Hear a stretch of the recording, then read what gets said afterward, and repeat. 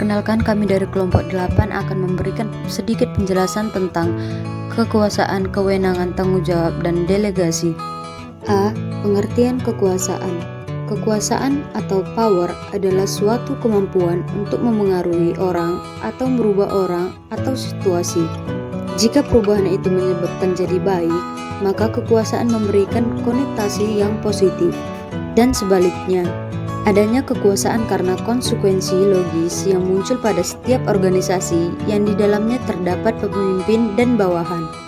Karena organisasi merupakan kumpulan orang dalam pencapaian tujuan, maka organisasi ditunjukkan untuk mengubah situasi melalui orang-orang agar perubahan terjadi. Agar perubahan terjadi, maka diperlukan kekuasaan. B. Faktor yang mendasari adanya kekuasaan.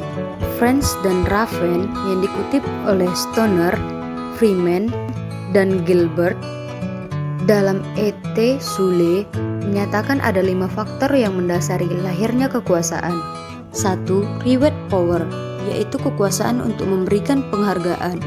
2. Coercive power, adalah kekuasaan untuk memberikan hukuman.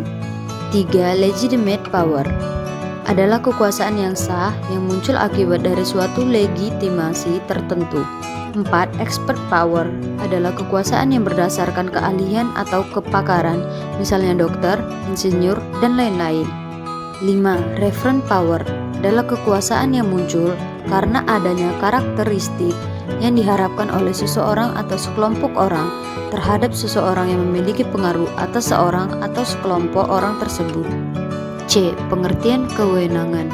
Kewenangan merupakan bentuk lain dari kekuasaan yang sering dipergunakan dalam sebuah organisasi.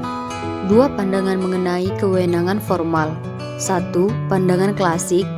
2. Pandangan berdasarkan penerimaan. D. Beberapa jenis kewenangan dalam organisasi. Ada 3 jenis kewenangan. 1. Kewenangan lini adalah mereka yang dalam organisasi bertanggung jawab menghadapi berbagai kegiatan dalam rangka pencapaian tujuan organisasi. 2. Kewenangan staf adalah mereka yang ditunjuk oleh organisasi untuk membantu bagian-bagian dalam sebuah organisasi yang memiliki kewenangan ini. 3. Kewenangan fungsional adalah mereka yang memiliki kewenangan lini dan staf, dan karena tugasnya mereka diberi kewenangan untuk melakukan kontrol dalam bagian lainnya. E. Pelimpahan wewenang dan tanggung jawab delegation. Pelimpahan wewenang merupakan pengalihan tugas kepada orang lain yang sah atau terlegitimasi dalam melakukan berbagai aktivitas yang ditunjuk untuk pencapaian tujuan organisasi yang jika tidak dilimpahkan akan menghambat proses pencapaian tujuan tersebut. F. Manfaat pelimpahan wewenang. Ada 3 manfaat.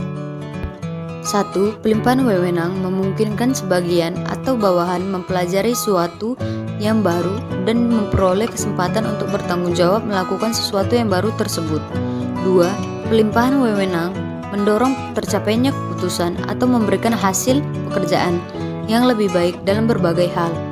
3. Menyelesaikan pekerjaan akan dapat dilakukan dengan lebih cepat seandainya pelimpahan wewenang tersebut berjalan sebagaimana mestinya dan diberikan kepada orang yang bertanggung jawab. G. Kendala dalam pelimpahan wewenang. Bila staf yang menerima pelimpahan wewenang tidak memiliki kemampuan untuk menerima dan menjalankan sesuatu yang didelegasikan kepadanya, justru akan menghambat pencapaian tujuan ke arah yang lebih baik. Pelimpahan wewenang dapat berdampak pada kurang bertanggung jawabnya atasan terhadap apa yang mestinya dia lakukan. H. 3 kunci pokok agar pelimpahan wewenang efektif. Ada 3 kunci pokok. 1. Kepercayaan manajer terhadap bawahan dalam melimpahkan wewenang perlu diiringi dengan pemberian kebebasan kepada bawahan untuk menjalankan kewenangannya menurut caranya sendiri. 2. Adanya komunikasi yang terbuka antara manajer dan bawahan. 3. Kemampuan manajer dalam memahami tujuan organisasi.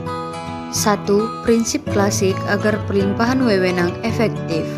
Stoner memberikan 3 prinsip klasik agar pelimpahan wewenangnya menjadi efektif, yaitu 1. Prinsip skalar. 2. Prinsip kesatuan perintah. 3. Tanggung jawab, kewenangan, dan pertanggungjawaban. J. Pengertian tanggung jawab. Tanggung jawab adalah kesadaran manusia akan tingkah laku atau perbuatan baik yang disengaja maupun tidak. Tanggung jawab berarti keadaan di mana wajib menanggung segala sesuatu kewajiban dan resiko. Tanggung jawab mengingatkan orang untuk tidak saja mempergunakan kewenangan yang dimilikinya, tetapi juga melaporkan apa saja yang telah dilakukan sehubungan dengan kewenangan padanya tersebut. K. Pengertian pendelegasian. Robert Hiller mendefinisikan pendelegasian sebagai mempercayakan pekerjaan pada orang lain, akan tetapi tanggung jawab atas pekerjaan atau pekerjaan tersebut masih berada di tangan pendelegasian. Ada beberapa alasan mengapa pemimpin harus melakukan pendelegasian, yaitu 1. Untuk mengembangkan organisasi, 2. Menghemat waktu bagi pimpinan, 3. Memotivasi dan mengembangkan bawahan. R. Contoh kasus, PT Golden Castle bergerak dalam bidang konveksi atau tekstil mengalami konflik antara perusahaan dengan karyawan. Konflik ini terjadi yang disebabkan oleh adanya miscommunication antar atasan dengan karyawan. Adanya perubahan kebijakan dalam perusahaan mengenai penghitungan gaji atau upah kerja karyawan. Namun, pihak perusahaan belum memberitahu para karyawan sehingga karyawan merasa diperlakukan semena-mena oleh pihak perusahaan. Para karyawan mengambil tindakan yaitu dengan mendemo perusahaan. Namun, tindakan ini berujung pada PHK besar-besaran yang dilakukan oleh perusahaan. Perusahaan manapun pasti pernah mengalami konflik internal, mulai dari tingkat individu, kelompok, sampai unit, mulai dari derajat dan lingkup konflik yang kecil sampai yang besar. Yang relatif kecil seperti masalah adu mulut tentang pribadi antar karyawan, sampai yang relatif besar seperti beda pandangan tentang strategi bisnis di kalangan manajemen. Contoh lainnya dari konflik yang relatif besar yakni antara karyawan dan manajemen. Secara kasat mata, kita bisa ikuti berita sehari-hari di berbagai media. Di situ tampak konflik dalam bentuk demonstrasi dan pemogokan. Apakah hal itu karena tuntutan besarnya kompensasi, kesejahteraan, keadilan promosi karir, atau karena tuntutan hak asasi manusia karyawan? Demikianlah hasil penjelasan singkat dari kelompok 8.